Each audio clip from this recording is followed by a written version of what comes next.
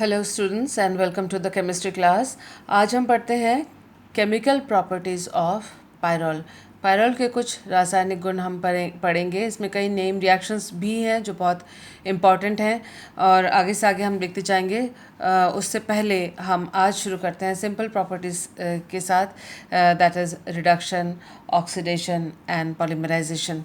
First reaction is reduction reaction. देखिए pyrrole है और पायरॉल का जो कैटालाइटिक रिडक्शन यानी हाइड्रोजन और निकल के साथ इसका रिडक्शन किया गया है 200 डिग्री सेंटीग्रेड पर, और इस रिडक्शन के द्वारा मिला है पायरोलिडीन। ये रिएक्शन एग्जामिनेशंस में भी पूछा जाता है और कॉम्पिटिटिव एग्जामिनेशंस में भी पूछा जाता है। तो रिडक्शन ऑफ पायरॉल एक इम्पॉर्टेंट रिएक्शन है, उसका ध्यान रखिएगा। ये जो पायरोलिडीन मिला है वो पायरॉल की तुलना में 10 to the power 11 times Guna more basic then pyrrole. 10 to the power 11 times more basic then pyrrole है। ये बहुत ज़्यादा क्षारीय है इसकी तुलना में। क्षारीयता यानी बेसिसिटी यानी इलेक्ट्रॉन डोनेटिंग पावर।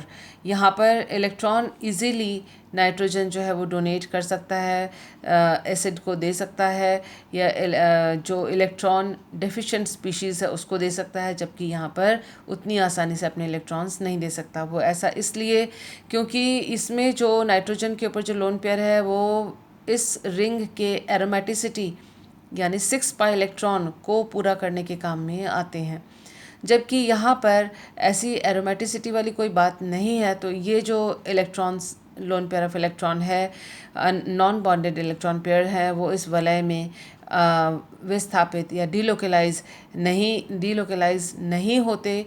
अनुनाद भी नहीं हो सकता, रेजोनेंस नहीं हो सकता, क्योंकि कॉन्जुगेटेड डबल बॉन्ड नहीं है।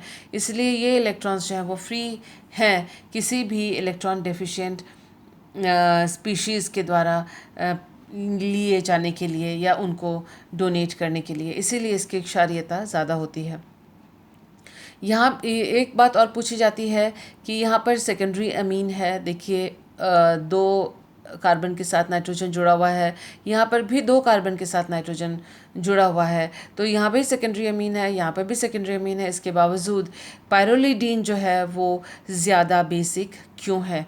अभी अभी आपको कारण बताया कि पायरोलिडीन ज़्यादा बेसिक, ज़्यादा क्षारीय इसलिए है क्योंकि इसके लोन पेयर ऑफ इलेक्ट्रॉन्स अनुनाद के द्वारा डिलोकलाइज नहीं होते और वलय के एरोमेटिकता को बनाने के काम में नहीं आते। दोनों बातें हैं, एरोमेटिसिटी के लिए आवश्यक नहीं है वलय में। दूसरी बात यह है कि ये डिलोकलाइज्ड भी नहीं है, विस्थापित भी नहीं है अनुनाद के द्वारा। इन दोनों कारणों से ये जो नाइट्रोजन के लोन पेयर ऑफ इलेक्ट्रॉन्स हैं वो फ्री हैं, क्षार की तरह ये कार्य कर सकता है और एसिड को ये दोनों इलेक्ट्रॉन्स दिए जा सकते हैं। इसीलिए इसकी बेसिसिटी, पायरोलिडीन की बेसिसिटी पायरॉल से बहुत ज़्यादा है। हालांकि दोनों ही स्थिति में ये सेकेंडरी नाइट्रोजन की तरह दिखता है। या जिंक और एसिटिक एसिड के साथ अगर हम रिडक्शन करें तो यहाँ जो है पार्शियल रिडक्शन होगा। यहाँ पार्शियल रिडक्शन या आंशिक अपचयन आप कह सकते हैं। ये देखिए कि जो कॉन्जुगेटेड डबल बॉन्ड है उसमें से 2 डबल बॉन्ड में से एक डबल बॉन्ड का अपचयन होगा, और वो इस तरह से होगा कि दोनों के बीच में वो डबल बॉन्ड रहेगा और बाकी साइड से वो डबल बॉन्ड डेड जो अनसैचुरेटेड कार्बन थे वो सैचुरेटेड या संतृप्त में परिवर्तित हो जाएंगे। जो कंपाउंड मिला इसे कहेंगे पायरोलीन। इसका नाम पायरोलीन है और इसका हाइड्रोजन आयोडाइड और फास्फोरस के साथ रिडक्शन करते हैं तो ये पायरोलिडीन में चेंज या कन्वर्ट हो जाता है। नेक्स्ट रिएक्शन जो है वो है ऑक्सीडेशन रिएक्शन। ये देखिए आप पायरॉल का ऑक्सीडेशन किया गया डिफरेंट रिएजेंट्स के द्वारा पायरॉल का ऑक्सीडेशन करते हैं। यहाँ जैसे हाइड्रोजन पेरोक्साइड के साथ अगर हम इसका ऑक्सीडेशन करते हैं हाइड्रोजन पेरोक्साइड के साथ, तो 3 पायरोलीन 2 own, this is 1, this is 2, this is 3। तो 3 पायरोलीन यहाँ पर 3 पे अनसैचुरेशन है और जो है यहाँ पर दूसरे कार्बन पर डबल बॉन्ड O है तो 3 पायरोलिन 2 ओन। और अगर इसका chromic acid CrO3 and H2SO4 chromium trioxide H2SO4 के साथ अगर हम इसका ऑक्सीडेशन करते हैं एसिडिक मीडियम में तो ये मेलीमाइड बनता है।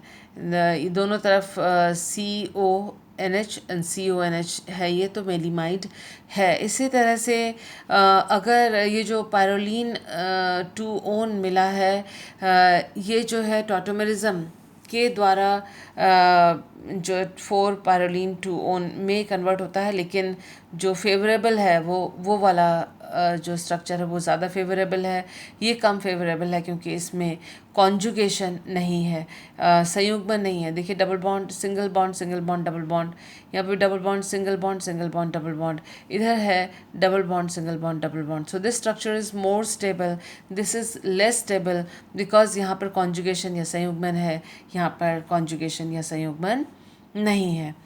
नेक्स्ट जो है वो इस पायरोल का ऑक्सीडेशन किया हाइड्रोजन पेरोक्साइड के साथ but in the presence of eosin. यहाँ ईओसिन नहीं था, यहाँ ईओसिन है। ईओसिन के प्रेजेंस में अगर हम इसका ऑक्सीडेशन करते हैं तो इस प्रकार से आपको ये कंपाउंड प्राप्त होता है। और उसके बाद देखिए कि oxygen in the presence of air, ये जो कंपाउंड है इसका नाम देखिए, ये है 5 hydroxy 3 पायरोलिन 2 own.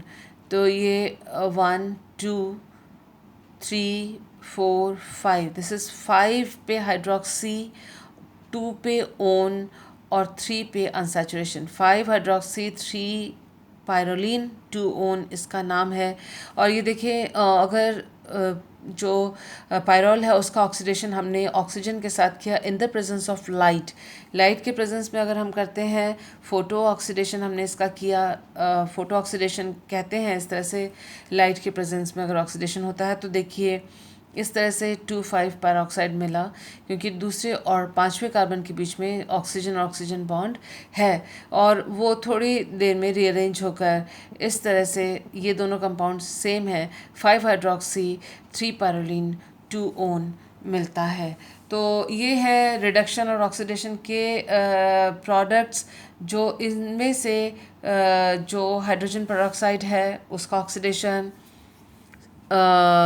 Then hydrogen peroxide with eosin, without eosin, और क्रोमियम ट्राइऑक्साइड, ये सारे जो ऑक्सीडेशंस हैं वो एग्जामिनेशंस में पूछे जाते हैं।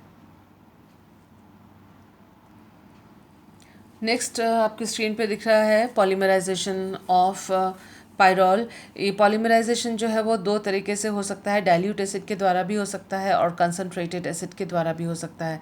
डाइल्यूट एसिड के द्वारा अधिकतर ट्राइमर प्राप्त होता है और कंसनट्रेटेड एसिड के साथ पॉलीमेरिक रेजिन प्राप्त होता है।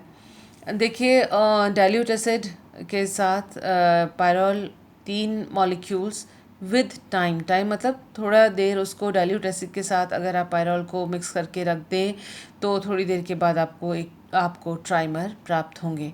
लेकिन यदि हमने अगर हम इसकी जगह अगर हमने कंसनट्रेटेड एसिड लिया और टेम्परेचर भी बहुत कम रखा तो कुछ ही क्षणों में, फ्यू सेकेंड्स, कुछ ही क्षणों में पॉलीमेरिक रेजिन प्राप्त होता है।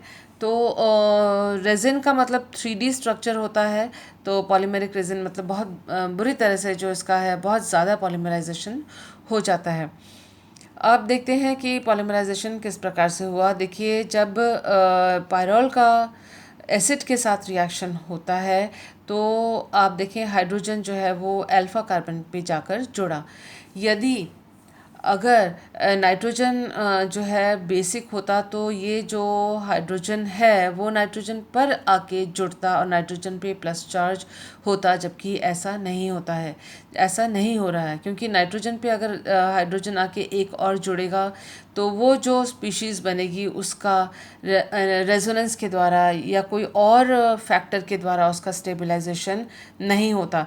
ये इस चीज़ को भी इंडिकेट करता है, इंगित करता है कि जो पायरोल का जो नेचर है, कैरेक्टर है, वो स्ट्रांगली बेसिक नहीं है। Pyrrole is weekly basic. क्योंकि इसका लोन पेयर ऑफ इलेक्ट्रॉन वलय में डीलोकलाइज्ड है और एसिड के साथ, डाइल्यूट एसिड के साथ रिएक्ट करने पर नाइट्रोजन प्रोटॉन को नहीं लेता, जबकि साथ वाला जो कार्बन है वो उस प्रोटॉन को उसके साथ प्रोटॉन अटैच हो जाता है और जो कैटायन बना उसका इस तरह से रेजोनेंस के द्वारा स्थायित्व स्टेबलाइजेशन हो सकता है। जबकि ये हाइड्रोजन अगर या नाइट्रोजन पे जोड़े इस तरह के रेजोनेटिंग स्ट्रक्चर्स नहीं बनते हैं। चलो आइए देखते हैं इन रेजोनेटिंग स्ट्रक्चर्स को। ये अल्फा कार्बन है जो नाइट्रोजन के साथ पहला जुड़ा हुआ है, उसके साथ ये प्रोटॉन जाके जुड़ा, तो ये जो डबल बॉन्ड पहले था उसका जो एक कार्बन पे जुड़ा है और दूसरा कार्बन पर प्लस चार्ज आया है और ये जो डबल बॉन्ड था वो टूट गया। अब यहाँ से जो नेक्स्ट वाला जो डबल बॉन्ड है वो संयुग्मित होने की वजह से यहाँ से डीलोकलाइज हुआ, इन दोनों कार्बन के बीच में डबल बॉन्ड चला गया, लेकिन इस वाले कार्बन पर, अल्फा कार्बन पर इलेक्ट्रॉन्स की कमी हुई और उसके पर प्लस चार्ज आ गया। यह है दूसरी संरचना। देन ये जो दोनों हाइड्रोजन्स अपनी जगह पे हैं, ये देखिए दोनों हाइड्रोजन्स अपनी जगह पे हैं। अब इस संरचना से एक और संरचना, अनुनादी संरचना कैसे बनेगी? नाइट्रोजन अपने लोन पेयर ऑफ इलेक्ट्रॉन्स इस कार्बन और नाइट्रोजन के बीच में डीलोकलाइज या विस्थापित या पुश कर देगा और एक बॉन्ड पहले से था, वन पेयर ऑफ इलेक्ट्रॉन आने पर एक बॉन्ड और बनेगा तो कार्बन नाइट्रोजन यहाँ डबल बॉन्ड के रूप में हो जाएगा एक स्ट्रक्चर में, और जो प्लस चार्ज है वो नाइट्रोजन के ऊपर आ जाएगा। तो इस तरह से ये तीन रेजोनेटिंग स्ट्रक्चर के द्वारा जो प्रोटोनेशन होता है पायरॉल का, ये स्टेबल स्ट्रक्चर रेजोनेंस के द्वारा होता है और इस पर अब एक और पायरॉल मॉलिक्यूल जाके जुड़ेगा। तो यहाँ देखिए कि जो क्या कहते हैं रेजोनेटिंग स्ट्रक्चर्स हैं उसमें जो ये वाला स्ट्रक्चर है, ये वाला जो स्ट्रक्चर है, इसके साथ, इस मिडिल स्ट्रक्चर के साथ ये पायरॉल जुड़ा और जाके ये इस तरह से अपने को एक डाइमर प्राप्त होता है जो कि एक कैटायनिक डाइमर है। इस पे एक और पायरॉल का मॉलिक्यूल आके जुड़ेगा, तब जाके ये वाला ट्राइमर बनेगा इस रिएक्शन के अंत में। इसके बाद देखिए कि जो हमने पहले बता ही दिया था कि खूब सारे मॉलिक्यूल्स, मोर देन 3 पॉलीमर है तो 3 से बहुत बहुत ज़्यादा जो पायरॉल के मॉलिक्यूल्स हैं वो आपस में जुड़ जाएंगे और 3D स्ट्रक्चर बनाएंगे। उसका मतलब ये दिस इज़ 2D यानी लंबाई चौड़ाई है, 3D मतलब अगर इसके ऊपर, ये तो पायरॉल है, इस पायरॉल के ऊपर और पायरॉल के तल पे भी अगर पायरॉल हो, पायरॉल के तल पे, पायरॉल के प्लेन पे तो पायरॉल है ही है, अगर ऊपर भी तल के ऊपर या तल के नीचे भी पायरॉल होंगे तो रेजिन टाइप एक स्ट्रक्चर बन जाएगा और बहुत ज़्यादा पॉलीमराइजेशन हो जाएगा within a few seconds. Concentrated HCl के साथ पायरॉल का पॉलीमराइजेशन होता है। So I hope that you have understood these 3 properties that we have discussed today regarding pyrrole. So आने वाले वीडियोस में हम और इसके नेम रिएक्शंस डिटेल्स में पढ़ेंगे। नोट्स बनाते रहिएगा। अगर आपको कोई प्रॉब्लम है तो मुझे व्हाट्सएप पे कांटेक्ट कीजिए। And thank you for being with me.